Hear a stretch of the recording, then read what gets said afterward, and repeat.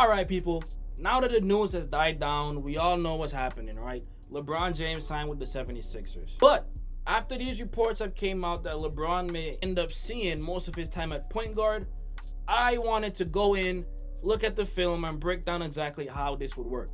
And so for over 2 decades, LeBron James has been listed as a small forward, sometimes a power forward, right? Occasionally even a center. But what if at age 41, he officially becomes the starting point guard for the 76ers? According to recent reports, that's exactly what Nick Nurse and the Sixers are planning. And honestly, it might be the smartest decision that they could make. Exhibit A. And so let's just be honest with ourselves, right? LeBron has always been a point guard. One of the biggest misconceptions throughout LeBron's career is that he's a forward. He's really been a point guard trapped in a forward's body. If you think about it, since entering the NBA, nearly every offense he's played has revolved around him initiating the possessions, right? He brings the ball up, he calls the plays, he manipulates the defense, he decides who gets the shot. He has essentially been the offensive coordinator for over 20 years. The Lakers officially moved him to point guard during the 2019-2020 championship season, and he responded by leading the NBA in assists. So while people may think this is some radical experiment, it's really just making official what LeBron has already been doing for most of his career. And why does this make sense at age 41? It's because LeBron simply doesn't have the burst he had 10 years ago, even 5 years ago. He can still attack, he can still bully defenders, but asking him to sprint around screens all night or constantly create from isolation isn't maximizing what he has left. Running point guard changes that. Instead of expending energy fighting through wings, he can conserve himself mentally while controlling the pace. And so if you think about players like Magic Johnson, Jason Kidd, Chris Paul, Steve Nash, none relied on athleticism late in their careers. They relied on decision making, basketball IQ, and among other things, right? And nobody in NBA history may have a higher basketball IQ than one LeBron James. And really out of this situation, Joel Embiid benefits the most, right? He's never played with a passer like LeBron James. I mean, James Harden comes close, but even he doesn't compare to LeBron. Imagine the possibilities, the high pick and roll, the high-low actions, the pocket passes, the lobs, entry passes, exactly where Embiid wants and he needs them. LeBron has elevated nearly every elite big man that he's ever played with, right? You look at Anthony Davis, Chris Bosh, Kevin Love, even guys like Dwight Howard and JaVale McGee later in their careers looked more efficient playing alongside LeBron. And now imagine that passing paired with one of the most dominant post scorers in basketball today. Instead of Embiid constantly creating difficult mid-range shots, he'll receive easier catches, deeper post position, more uncontested looks. His efficiency could actually increase while taking fewer difficult shots. And then, I mean, similar to how they used Kyrie during his time with LeBron, moving LeBron to point guard may free Tyrese Maxey more than anyone else. Last season, Maxey had to initiate nearly every possession. I mean, Tyrese Maxey had to bring the ball up. He had to read the defense. He had to run the pick and roll. He had to create for teammates and score for himself. That is exhausting. But now with LeBron, Maxey becomes an attacking guard instead of a traditional point guard. And so if you imagine Steph Curry, he's technically a point guard, right? But Golden State often lets Draymond Green or another initiator run the offense. Steph just destroys people with his off-ball movement. That's the role Maxey could step into. Constant cuts, constant backdoor actions, spot-up threes, transition attacks. Instead of facing defenses, he'll be catching defenses already rotating because LeBron forced the help. That could lead to the most efficient scoring season of his career.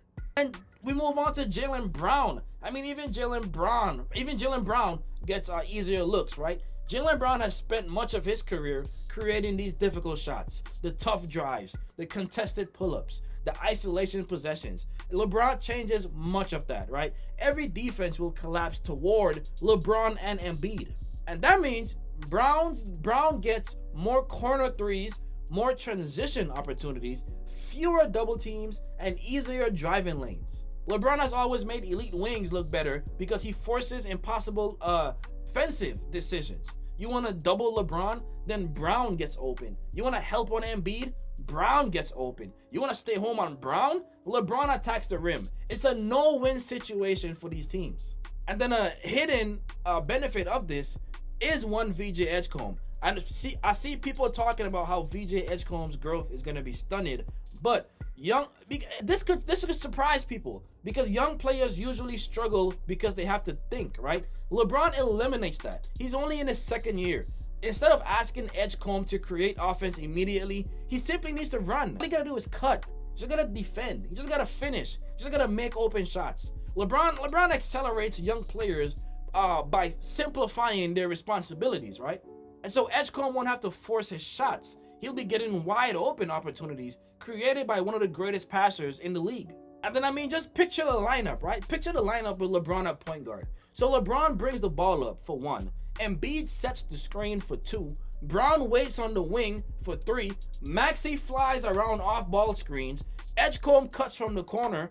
Now ask yourself, who do you help off of? Do you leave Embiid? That's an automatic mismatch. Do you leave Maxey?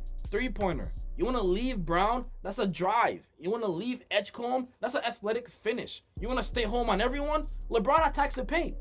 Every possession becomes a decision tree where every answer you pick is wrong. That's championship offense. This is crazy. But they're all concerns. It's not all perfect, right? One concern is pace. LeBron prefers to control the tempo. Maxey thrives in chaos. If Philly slows everything down too much, they could lose one of Maxey's greatest strengths, right? And another issue is spacing.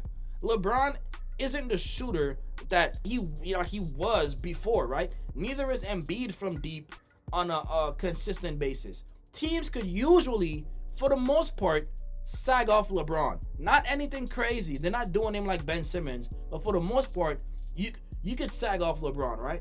And then there's the workload aspect of it too, because running point guard means making every offensive read, every possession, every game, all game. At 41 years old, that's mentally exhausting, even if it saves him some physical wear and tear.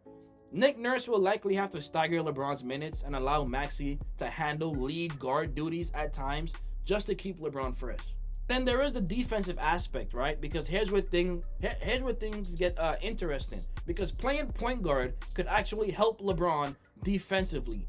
Instead of chasing wings around for 35 minutes, he'll often guard opposing guards who are less physical or be cross-matched, like depending on the opponent, right?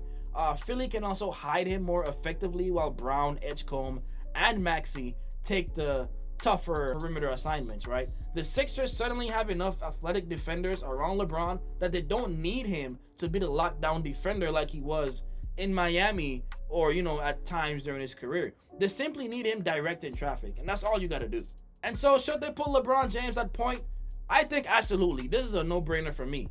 Not because he's like the fastest player or the most athletic, but because no one in basketball manipulates a defense quite like LeBron James, right?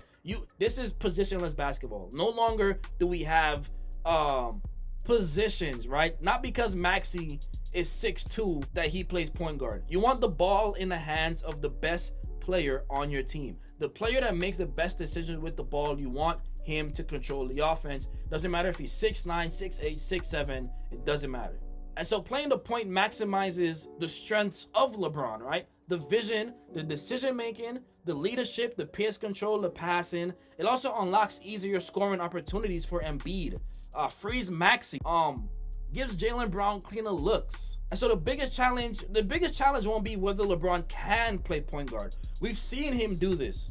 The real challenge is whether Philly can stay healthy long enough to let this experiment pretty much reach its full potential. Because if they do, don't be surprised if the 76ers have one of the most smartest, most efficient offenses in the NBA and emerge as one of the favorites to come out of the Eastern Conference. Because they already are, so I shouldn't even say that. But one of the favorites to win the NBA championship is a better way to put it.